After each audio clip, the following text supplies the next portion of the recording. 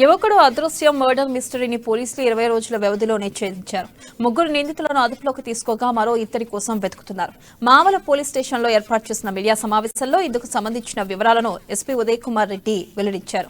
ఆదిలాబాద్ పట్టణంలోని రామ్నగర్ కు చెందిన ల్యాబ్ టెక్నీషియన్ బండారు కిరణ్ కుమార్ 7 ఏళ్ల కిందట భాగ్యశ్రీని ప్రేమ వివాహం చేసుకున్నారు.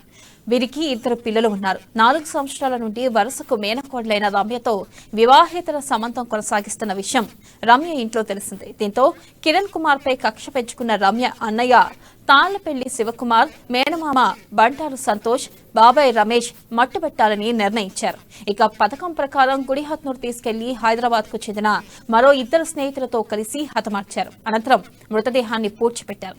కేసు నమోదు చేసుకున్న పోలీసులు దర్యాప్తును ముమ్మరం చేసి రమేష్ తో పాటు హైదరాబాద్ కు చెందిన రోహిత్ రెడ్డి, రామకృష్ణలను అదుపులోకి తీసుకున్నారు. ఇక మరో 2 నిందితులైన ఆర్మీ జవాన్లు సంతోష్, శివకుమార్ ను త్వరలోనే అరెస్ట్ చేస్తామని ఎస్పీ తెలిపారు. ఈ సమావేశంలో DSP Umender, rural CI Raghupathi, SI Vishnuvardhan పాల్గొన్నారు.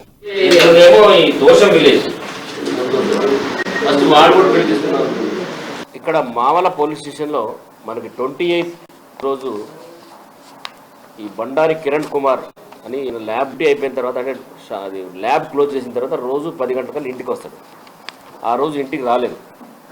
రాకపోతే భార్య ఫోన్ చేసింది 2-3 సార్లు ఫోన్ ఎత్తిండు. తర్వాత ఫోన్ కట్ చేసిండు. అనుమానం వచ్చి పొద్దున్నే పోలీసులు కంప్లైంట్ ఇచ్చింది. ఇక్కడ ఇస్తే మా దగ్గర మ్యాన్ మిస్సింగ్ కేసు రిజిస్టర్ చేశాను. మనకి గుడేత్నూరు దగ్గర ఒక అన్నోన్ డెడ్ బాడీ ఉన్నట్టుగా, తర్వాత ఒక బొంద పెట్టిన తర్వాత మరి కుక్కలు అయ్యి తీయటం వల్ల కొద్దిగా కాలు బయటపడ్డది.